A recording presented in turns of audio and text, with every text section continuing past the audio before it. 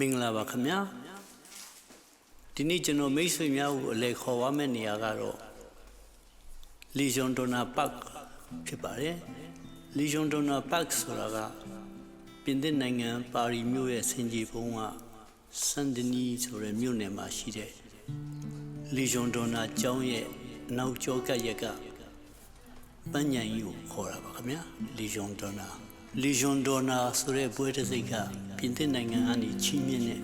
အမြင့်ဆုံးပွဲတစ်စိတ်ဖြစ်ပါတယ်ဒီကျောင်းနာမည်ကိုအစွဲပြုပြီးတော့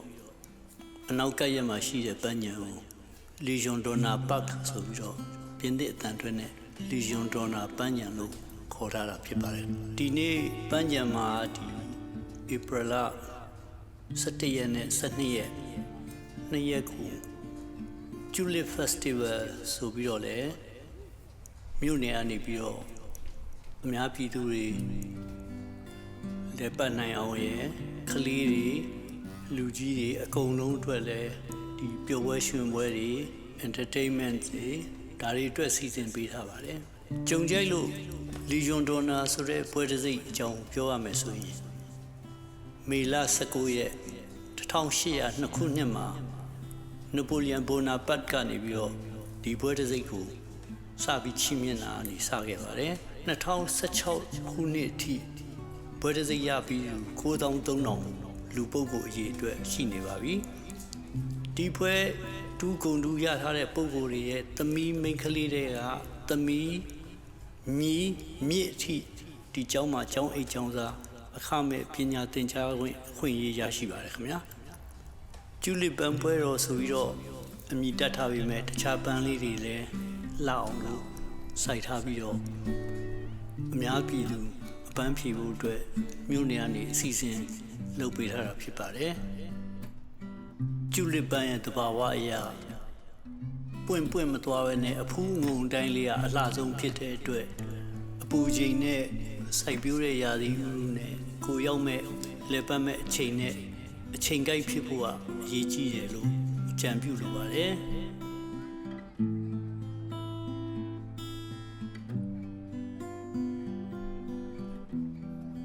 အခုတွေ့နေတဲ့နေရာလေးမှာကလေးတွေပကြီးဆွဲဖို့ water color စာရွက်စေးရောင်စုံခဲတံသူတို့ဝါသနာတွေအစပြုပေးဖို့တစ်သားကြောက်ထွင်းဖို့အတွက်ပြသထားတာဖြစ်ပါတယ်ချစ်လို့ကျူလစ်ပန်နဲ့ဆိုင်တဲ့ပန်းညံလဲမဲ့ဆိုရင်တော့အကြံပေးချင်တာကတော့ဟော်လန်နိုင်ငံမှာရှိတဲ့ကူကန်ကော့ဆိုတဲ့ပန်းညံကကမ္ဘာအကြီးဆုံးပန်းညံတွေကပန်းညံတစ်ခုဖြစ်တယ်အကျယ်ဝန်း32ဟက်တာရှိပြီးတော့1949ခုနှစ်ကနေပြီးတော့ပန်းညံဖြစ်ပြောင်းလဲဖွင့်ထားတယ်နှစ်စဉ်ရာသီချိန်မှာကျူလစ်ပန်ပွင့်ပေါင်း9တန်းကိုရာသီပူချိန်နဲ့ကိုက်ညီအောင်စိုက်ပျိုးပြီးတော့2019မှာလာလေတဲ့ဧည့်သည်ဝင်တန်းဝဲရှိခဲ့ပါတယ်ခင်ဗျာနှစ်စဉ်မတ်လအလဲကနေမေလအလဲထိလက်ပတ်ဖို့ကောင်းလို့ဆိုပြီးတော့တတ်မှတ်ထားပြီးမယ်ဧပြီလပထမပတ်လောက်ကတော့လက်ပတ်လို့အကောင်းဆုံးဖြစ်ပါတယ်အခုမြင်တွေ့နေရတာတော့ကလေးလူကြီးအားလုံးပါဝင်ဆင်နွှဲနိုင်တဲ့ပျော်ပွဲရွှင်ပွဲလေးတွေဒါမျိုးနေအနေစီစဉ်ပေးထားတဲ့ဖွဲ့စည်းတွေကနေစီစဉ်ပေးထားတယ်နော်မြည်သူမဆိုပါဝင်ပြီးတော့လာကူနိုင်တယ်စနေတနေ့တွေပြည့်မှာမိသားစုတွေပန်းဖြေဖို့အတွက်ပန်းညံဝင်ကြီးပျော်ပွဲရွှင်ပွဲကစားပွဲတွေဘာဝင်ကြီးတစ်ခုမှမပေးရပဲပျော်ရွှင်နိုင်အောင်အတွက်မြို့နယ်ကနေစီစဉ်ပေးထားတာမှာ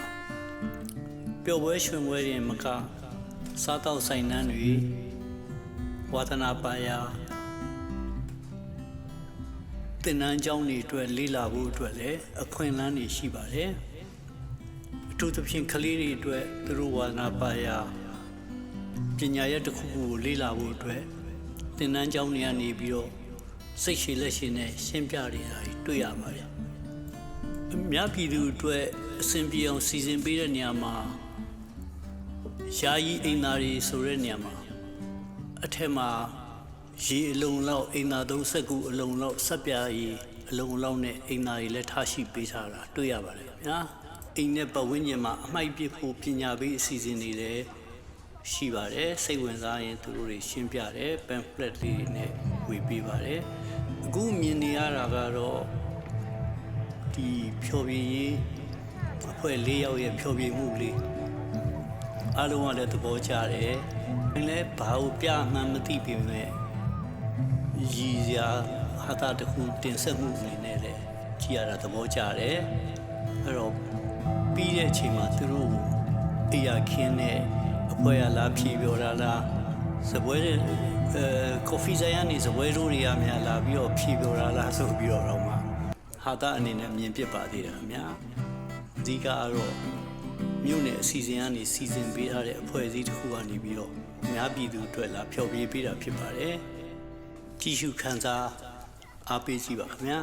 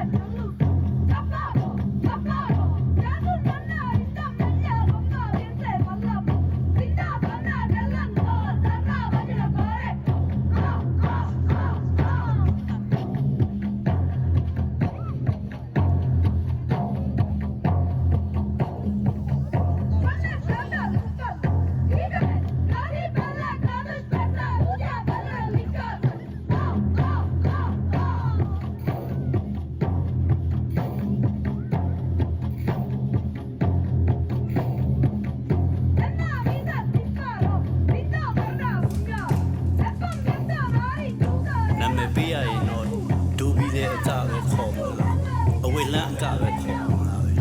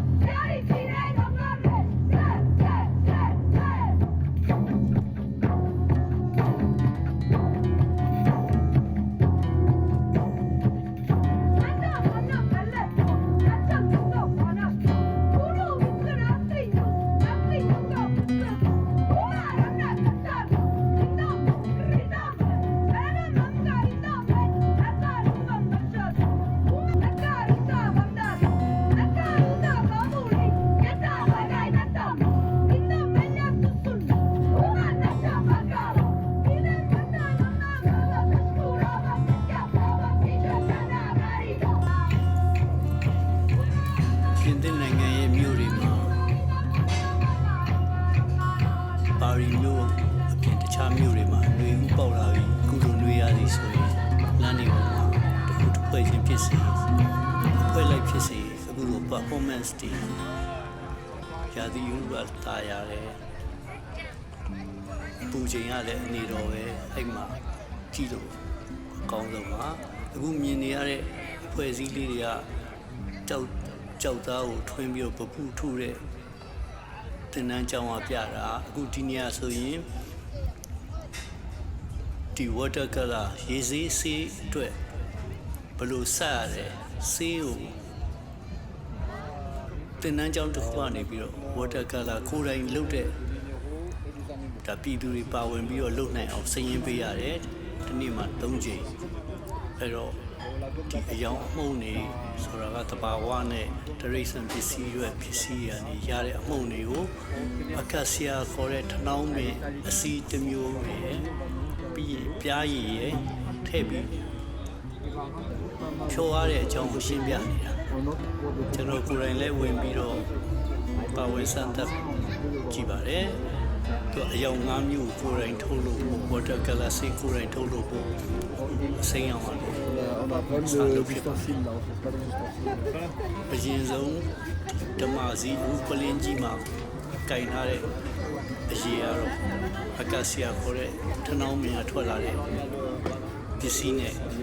အရင်ဆုံးတမောင်း Julia. ငွေဖို့သူတို့တင်ပြတယ် Alors on va mélanger tout, Max. Alors là on va ဒီတင်နန်းကျောင်းကနေပဲနောက်စပွဲတစ်ခုမှာအသက်ရှင်နေအထိကလေးတွေကိုအကြည့်ဆွဲဖို့ water color ဆေးအောင်ချဲဖို့စာရွက်နဲ့ဆေးတွေပေးထားပါတယ်အခုဒီဥစ္စာကတော့ဆေးကိုကိုယ်တိုင်ပေါ်ဆက်ရတာကြတော့တနေ့ကို3ချိန်ဆေးရပေးပြီး demi-cuillère. လူကြီးအတွက်နဲ့ Ah. Si. ကိုယ်တိုင်လုံးဆေးရပေးရတယ်ပါအခုနလို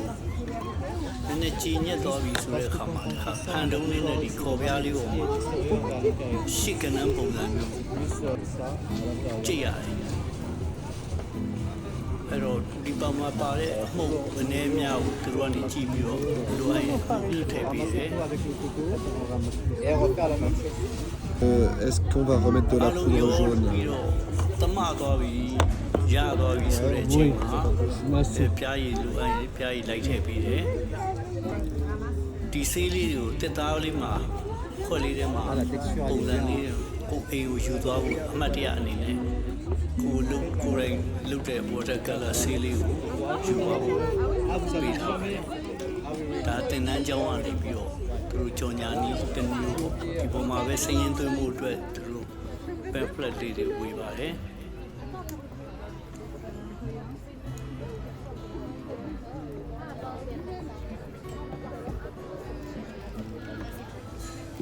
Voilà,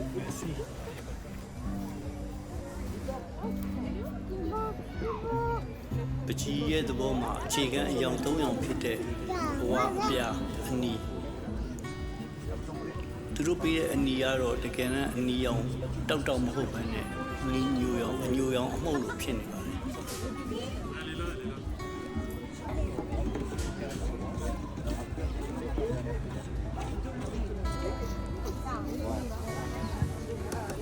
ဥခဲကျိုးရောင်ပြောလို့ရမှာတယ်တကယ်တမ်းအခြေခံအယောင်အနေနဲ့တော့အနီရဲဖြစ်ရမယ်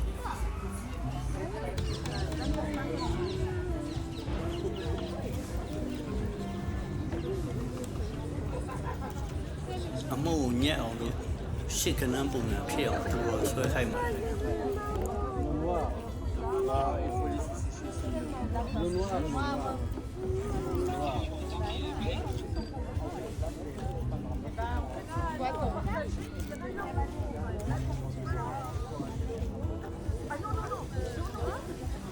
ဒီနေ့အတွက်ဒီဗီဒီယိုလေးကိုကြည့်ပြီးတော့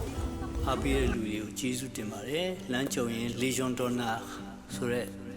ပန်းညံကိုအလဲသွားဖို့အကြံပြုတိုက်တွန်းလိုပါတယ်ကျေးဇူးပါ merci beaucoup